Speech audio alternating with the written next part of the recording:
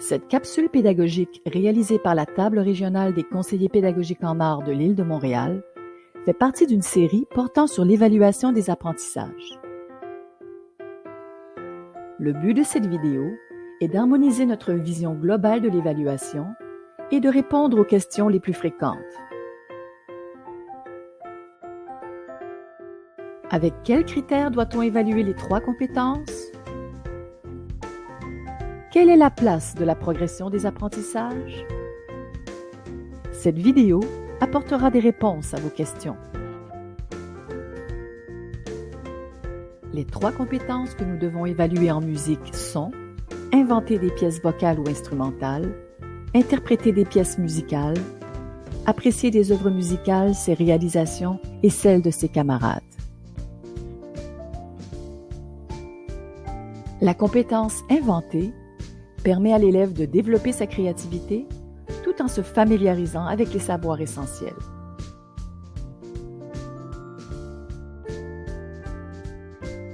Attention, il ne s'agit pas de faire de la composition, mais bien d'expérimenter les notions musicales et de les utiliser de façon appropriée dans une création.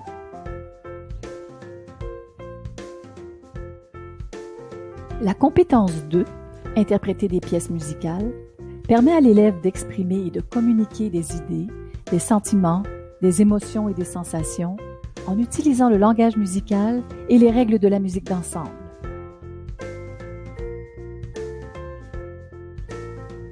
Lorsqu'il partage son expérience d'interprétation, l'élève peut s'exprimer sur ses forces et défis, mais c'est aussi pour lui le moment idéal pour réfléchir aux meilleures stratégies pour résoudre les difficultés auxquelles il fait face.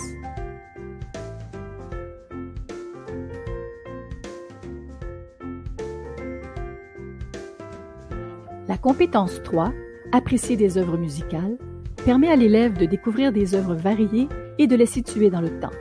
Il prend conscience de l'impact que ces mélodies ont sur lui et du rôle de la musique dans notre société. Il fait des liens entre ce qu'il entend et ce qu'il ressent. Il porte un jugement critique et esthétique en communiquant son appréciation à l'aide du vocabulaire musical, par le dessin, le mouvement ou toute autre forme. Au 2e et au 3e cycle, il fait des liens entre des caractéristiques de l'œuvre et des aspects socioculturels.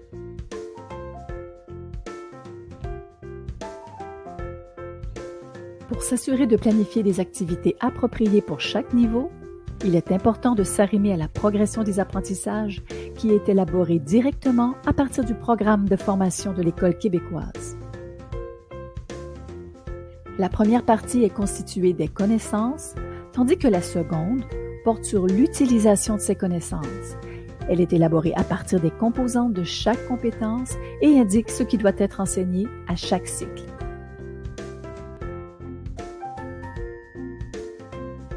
Depuis 2011, nous devons obligatoirement utiliser le cadre d'évaluation des apprentissages qui définit les critères sur lesquels l'enseignant doit s'appuyer pour évaluer.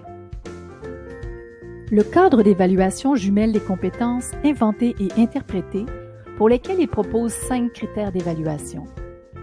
Malgré le fait que ces 2 compétences soient jumelées dans le GPI, les 2 compétences sont très différentes et peuvent être enseignées de façon distincte. Évidemment, lorsqu'on évalue la compétence d'un élève, nous sommes à même de vérifier s'il maîtrise les connaissances puisque l'un ne va pas sans l'autre. Donc, sa maîtrise des connaissances est proportionnelle à son niveau de compétence. Dans les cours de musique, la tendance est d'octroyer plus de valeur au développement de la technique instrumentale. Il faut cependant s'assurer de planifier du temps d'enseignement pour les compétences 1 et 3, puisqu'elles contribuent aussi à la progression musicale de l'élève. Par exemple, si on voulait évaluer la tâche « Recréer l'ambiance sonore d'une fête de squelettes en utilisant le contraste comme procédé de composition », notre critère d'évaluation pourrait être la cohérence de l'organisation des éléments. Les manifestations observables sur lesquelles nous pourrions nous baser pour porter un jugement pourraient être celles de cette grille d'évaluation. Donc, nous pourrions dire qu'un élève du primaire qui réussit de façon satisfaisante organise de façon simple et cohérente les éléments liés à la proposition de départ. Nous pourrions aussi choisir d'évaluer le respect des caractéristiques de la pièce.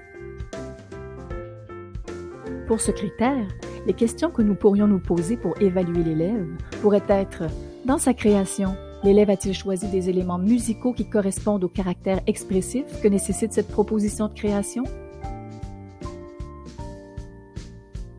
Pour évaluer la compétence d'un élève à interpréter une pièce, nous pourrions choisir d'évaluer le critère efficacité de l'utilisation des connaissances liées aux éléments de technique. Par exemple, dans son interprétation, l'élève utilise-t-il le bon doigté? A-t-il la bonne posture?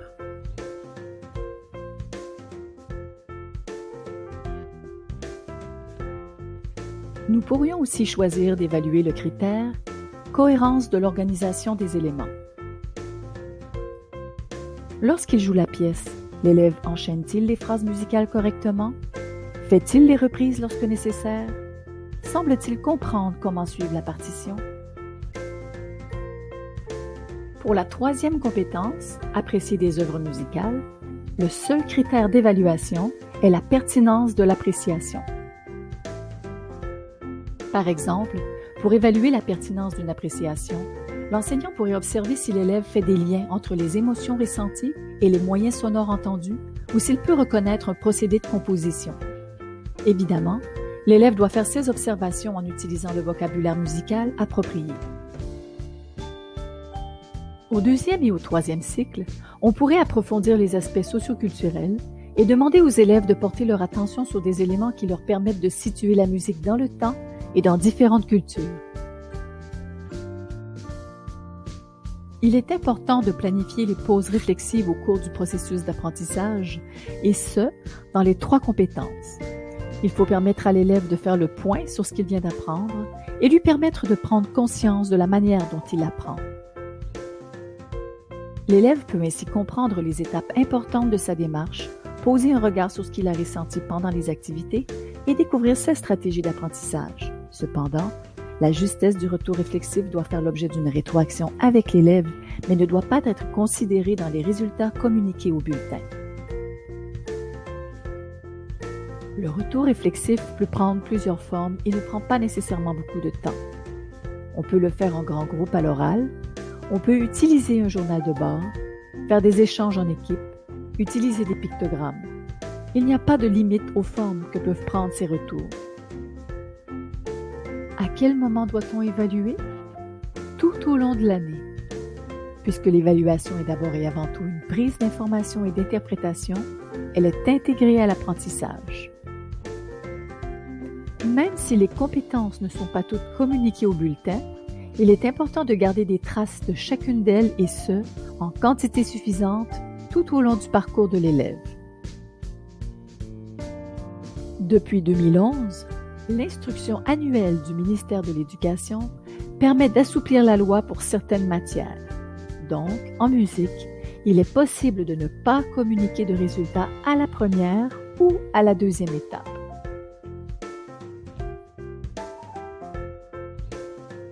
Lorsque vous évaluez, vous devez porter votre attention sur la compétence de l'élève à faire la tâche demandée. Il y a plusieurs traces que vous pouvez utiliser: l'observation, l'analyse de travaux, l'entrevue, la coévaluation, le questionnement et plusieurs autres encore. Les compétences musicales d'un élève en musique n'ont aucun rapport avec l'oubli de matériel, les retards, le comportement, la compréhension de la langue ou le fait de ne pas se présenter au concert de fin d'année. Donc, ceci ne devrait jamais compter dans l'évaluation. Par habitude, on fait parfois des choses qui ne sont pas obligatoires dans le programme. Pour enlever de la pression, il est intéressant de se rappeler qu'il n'est pas obligatoire de faire un concert de Noël ou de fin d'année. La seule obligation est de travailler les règles relatives à la musique d'ensemble. Il n'est pas obligatoire non plus de demander à un élève timide de jouer son examen d'instrument individuel devant toute la classe, puisqu'il peut se filmer à la maison ou faire son examen seul à un autre moment. Tout au long de l'évaluation, rappelons-nous que le processus d'apprentissage a tout autant de valeur que le résultat final. Concernant le barème à utiliser pour évaluer ou les dates de remise des résultats pour chaque étape, Vous devez vous référer aux normes et modalités de votre établissement puisqu'elles varient d'un endroit à l'autre. Cependant, les dates limites de remise des bulletins aux parents sont fixes et déjà déterminées dans le régime pédagogique. Pour avoir accès à des outils d'évaluation très complets offerts par le Récit des Arts, vous pouvez scanner ce code QR. Nous espérons que l'évaluation des 3 compétences en musique est plus claire pour vous. S'il vous reste d'autres questions, la Table régionale en arts vous propose de regarder cette vidéo car elle comporte des informations complémentaires qui vous aideront à éclaircir certains points. Elle est disponible sur la chaîne YouTube du Récit des Arts.